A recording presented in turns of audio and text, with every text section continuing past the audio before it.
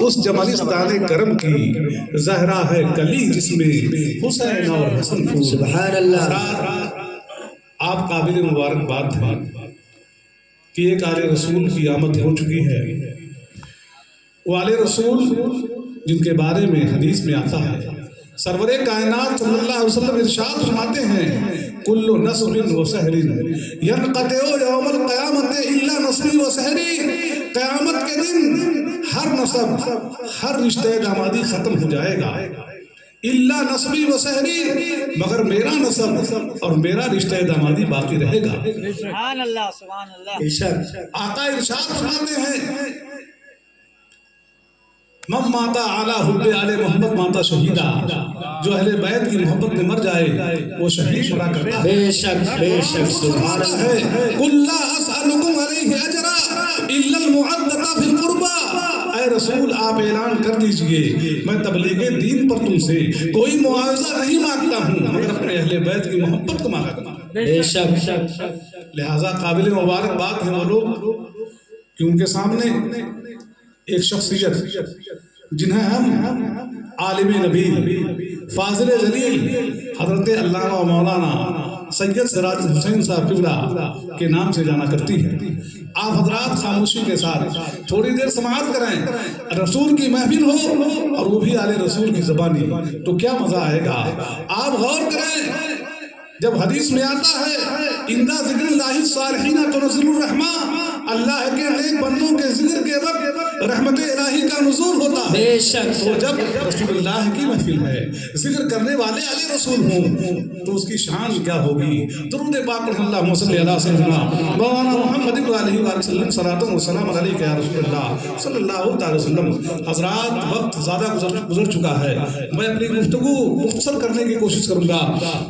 میں نے آپ کے سامنے حدیث پاک تلاوت کی ہے، النکاح من سنتی فمن رغب عن سنتی فلیس منی، مطلب النکاح من سنتی، نکاح میری سنت، سبحان اللہ۔ فمن رغب عن سنتی، جو انسان میری سنت سے منہ موڑے، فلیس منی، وہ مجھ سے نہیں ہے، یعنی مسلمان نہیں ہے۔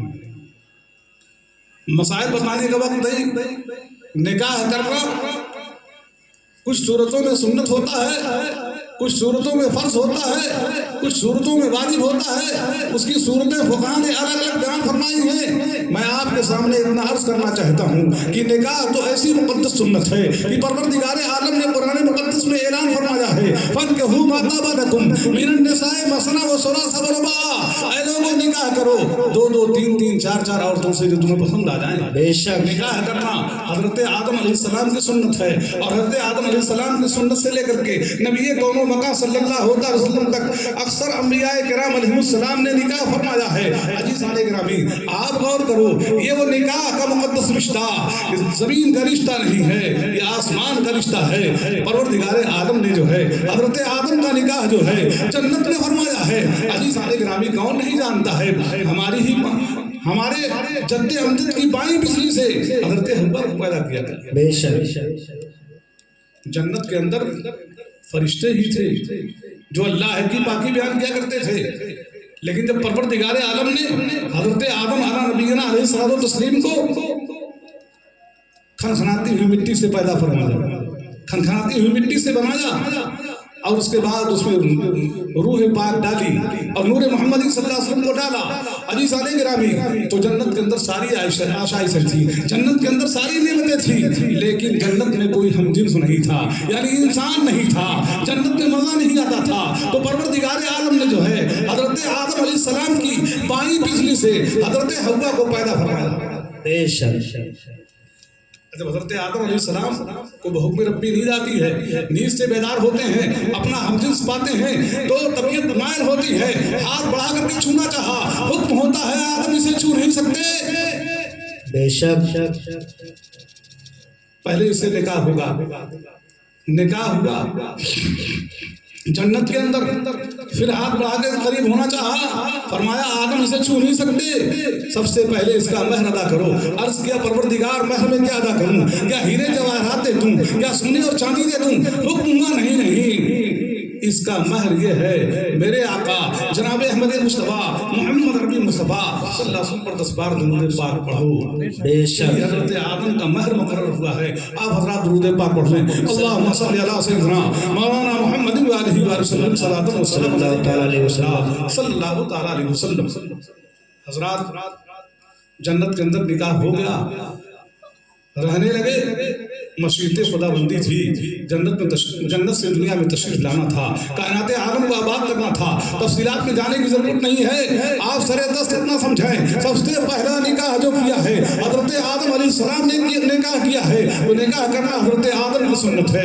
اس کے بعد تمام انبیاء کرام علیہ السلام نے ایک بعد دیگر نکاح فرمایا ہے. عزیزان گرامی, ہر ایک کے نکاح کی تفصیل بیان کی جائے تو یہ رات ختم ہو سکتی ہے. آؤ ہم غور کرتے ہیں. نکاح کرنا حضرت یوسف علیہ السلام کی بھی سنت ہے. عزیزان گرامی, آپ غور کریں, وہی حضرت یوسف علیہ السلام ہیں کہ زلیخا آپ کی عاشق ہو جاتی ہیں, خواب میں دیکھتی ہیں, اور اس کے بعد واقعات پیش آتے ہیں. حضرت یوسف علیہ السلام مصر میں غلام بنا کر کے بیچے جاتے ہیں. عزیزان گرامی, حضرت یوسف علیہ السلام کے حسن و جمال کو دیکھ کر کے مصر کے لوگوں کی آنکھیں پتھرا گئی تھی. یہاں تک کی تاریخ کے صفحات میں آتا ہے, ایک بڑھیا سوٹ کاٹ کر کے لے کر کے مصر کے بازار میں حضرت یوسف علیہ السلام کو خریدنے گئی تھی. اور زلیخا نے جب سنا تھا تو زلیخا نے ہیرے جواہرات کے ڈبوں کو بھیج دیا تھا. بلاخر زلیخا نے خرید لیا تھا. کسی شاعر نے کیا ہی خوب کہا ہے, ایک یوسف نے بڑھا رکھی ہے زینت ساری, ورنہ پھر مصر کے بازار میں کیا رکھا. بے شک سبحان اللہ. عزیزان گرامی, واقعات تو قرآن پاک میں ہیں, تفصیل اس کی علماء سے آپ سن سکتے ہیں. ایک وقت ایسا بھی آتا ہے حضرت زلیخا رضی اللہ تعالیٰ عنہا کے غلام بھی بنے. حضرت یوسف علیہ السلام شاہی محل میں بھی رہے اور جیل میں بھی ڈالے گئے. ایک وقت ایسا بھی آیا کہ آپ مصر کے بادشاہ بھی بن گئے. بے شک سبحان اللہ. یہ پروردگار عالم کی قدرت ہے. وہ تو عز من تشاء وہ تو ذل من تشاء. پروردگار عالم جسے چاہتا ہے عزت دیا کرتا ہے, جسے چاہتا ہے ذلت دیا کرتا ہے. پروردگار عالم ساری کائنات کا مالک ہے, وہ جسے چاہتا ہے بادشاہ بھی بنا دیا کرتا ہے. حضرت یوسف علیہ السلام مصر کے بادشاہ جو بنائے گئے, تو جب مصر کے بادشاہ بنائے گئے تو آپ نے ملک مصر میں دعوت کی, سبھی لوگوں کو دعوت بھیجوایا. قاصد حضرت زلیخا کی جھوپڑی میں بھی پہنچا. حضرت زلیخا روتے روتے حضرت یوسف علیہ السلام کے فراق و جدائی میں آنکھوں کی بینائی ظاہر ہو گئی تھی, آنکھوں کی بینائی ختم ہو گئی تھی, جھوپڑی بنا کر کے رہا کرتی تھی. قاصد پہنچا, کہا آج حضرت یوسف علیہ السلام کی یہاں دعوت ہے. فرمایا میں ایسے دعوت نہیں قبول کروں گی جب تک حضرت یوسف علیہ السلام میرے پاس کوئی تشریف نہیں لائیں گے دعوت کے لیے. قاصد نے پیغام دیا, کہا حضور ایک جھوپڑی میں بڑھیا رہا کرتی ہے, اس نے کہا میں یوسف علیہ السلام کی دعوت قبول نہیں کر سکتی جب تک حضرت یوسف علیہ السلام میری جھوپڑی میں تشریف نہیں لائیں گے. حضرت یوسف علیہ السلام دعوت دینے کے لیے اس بڑھیا کی جھوپڑی میں تشریف لے گئے اور فرمایا اے بڑھیا آج میرے شاہی محل میں دعوت ہے, تو قبول کر لے. کہا اللہ اللہ, مجھے بڑھیا کہا جا رہا ہے. اللہ اللہ, جن کے لیے میں نے جو ہے ہیرے جواہرات کو خرچ کیا تھا. اللہ اللہ, جن کے لیے میں نے محبتوں کو قربان کیا تھا, جن کی محبت میں میں نے جو ہے آنکھوں کی بینائی کھولی ہے, آج مجھے بڑھیا کہہ رہے ہیں. پوچھا تو کون ہے؟ کہا حضور میں ہوئی زلیخا ہوں. یہ آپ کی محبت میں گرمیدہ ہو کر کے میری آنکھوں کی بینائی چلی گئی, اور میں وہی زلیخا ہوں کہ شاہی محل میں آپ کو رکھا تھا. میں وہی زلیخا ہوں کہ مصر کے بازار سے آپ کو خریدا تھا, اور آپ مجھے بڑھیا کہہ کر کے مخاطب کرتے ہیں. آپ نے فرمایا بڑھیا تو میری دعوت کو قبول کر لے. کہا میں آپ کی دعوت کو قبول نہیں کر سکتی. فرمایا ماں کیا مانگتی ہے؟ کہا حضور 3 چیزیں مانگا کرتی ہیں. بے شک. کہا وہ 3 چیزیں کیا ہیں؟ کہا میری پہلی شرط یہ ہے کہ آپ اللہ کی مقدس بارگاہ میں دعا فرمائیں کہ میرے آنکھوں کی بینائی واپس آ جائے, تاکہ میں آپ کا دیدار کر سکوں, آپ کی زیارت کر سکوں. کہا دوسری خواہش کیا ہے؟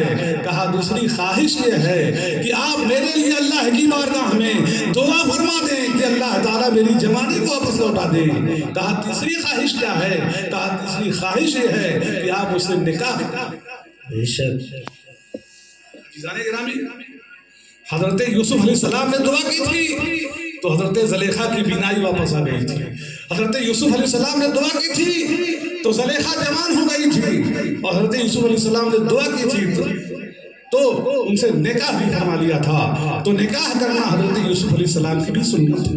بے شک میں نے شروع میں دعویٰ کیا تھا نکاح کرنا انبیاء کرام علیہ السلام کی سنت، اور خاص طور سے نبی کون و مکان صلی اللہ علیہ وسلم کی سنت۔ بے شک غور کیجئے، سرور کائنات صلی اللہ علیہ وسلم نے آج اسلام پر تانا زنی کی جاتی ہے۔ اسلام نے 4 عورتوں سے نکاح کا حکم دے دیا۔ اسلام پر لوگ اعتراض کرتے ہیں،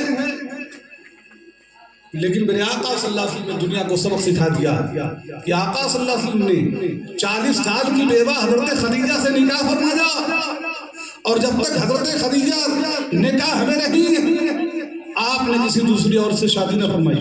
بے شک غور کیجئے، حضرت خدیجہ رضی اللہ تعالیٰ عنہ بیوہ تھی، اللہ کے رسول صلی اللہ علیہ وسلم نے 40 سال ان کی عمر ہو چکی تھی، نکاح فرمایا، اور خود آقا کریم صلی اللہ علیہ وسلم کی عمر مبارک 25 سال تھی۔ بے شک عزیزان گرامی، تو پتہ چلا نکاح کرنا یہ نبی کریم صلی اللہ علیہ وسلم کی سنت ہے۔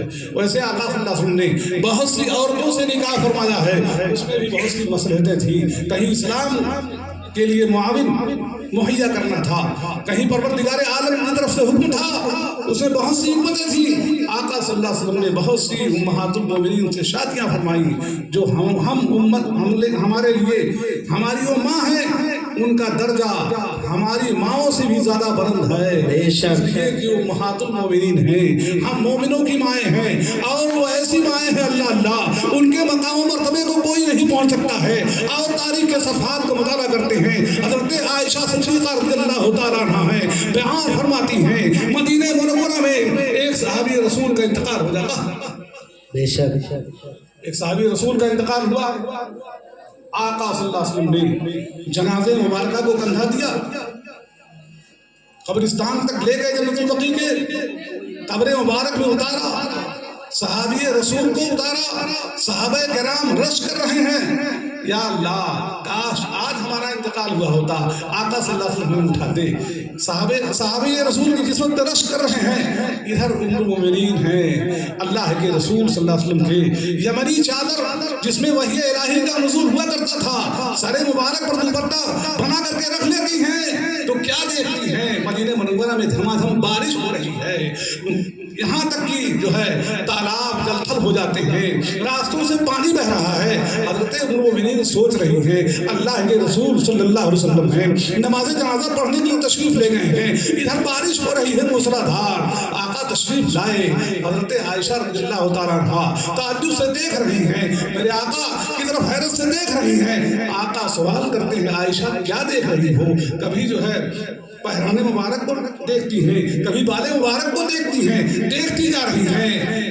کہا یا رسول اللہ مجھے تعجب ہو رہا ہے، آج مدینہ منورہ میں اتنی بارش ہوئی کہ تالاب بھر گئے، نالوں سے پانی بہنے لگا، میں دیکھ رہی ہوں، میں سوچ رہی تھی کہ آپ قبرستان تشریف لے گئے ہیں، بچنے کا کوئی سامان بھی نہیں ہے، اور قبرستان میں آپ بھیگ گئے ہوں گے، لیکن یہاں دیکھ رہی ہوں پانی کی نمی نہیں محسوس ہوتی۔ میرے آقا نے ارشاد فرمایا عائشہ کیا میرے جانے کے بعد تم نے کوئی عجیب کام کیا ہے؟ کہا یا رسول اللہ کچھ تو نہیں کیا، فرمایا سوچو، کہا یا رسول اللہ آپ کے تشریف لے جانے کے بعد جو ہے وہ یمنی چادر جس میں وحی الہی اترا کرتی ہے، میں نے دوپٹہ بنا کے اپنے سر پہ رکھ لیا۔ بے شک میرے آقا نے ارشاد فرمایا وہ بارش تم نے دیکھا ہے عائشہ، وہ رحمت و انوار کی بارش تھی، وہ رحمت و انوار کی بارش روزانہ مجھ پر ایسے ہی ہوا کرتی ہے، آج میرے ایک مقدس صحابی کا انتقال ہو گیا تو رحمت و انوار کی بارش ہو رہی ہے، وہ جو چادر مبارکہ اوڑھ کر کے تم نے حالات کا مشاہدہ کیا ہے، وہ ملائے اعلیٰ کی بارش بارش تھی، یعنی جو ہے دنیا کی بارش نہیں تھی، وہ آسمان کی بارش نہیں تھی، بلکہ وہ آخرت کی بارش تھی، رحمت و انوار کی بارش تھی۔ غور کرو، جب نبی کی چادر کا عالم یہ ہے کہ نبی کی چادر ان کے جسم پاک سے مس ہو جائے اور حضرت عائشہ اوڑھ میں تو حجابات اٹھا دیے جاتے ہیں، تو جب نبی کی چادر کا مقابلہ کوئی نہیں کر سکتا تو امہات المومنین کا مقابلہ کیسے کر سکتے؟ بے شک میرے عزیز، میں نے آپ کے ساتھ آیت کریمہ تلاوت فرمائی، نعرہ تکبیر،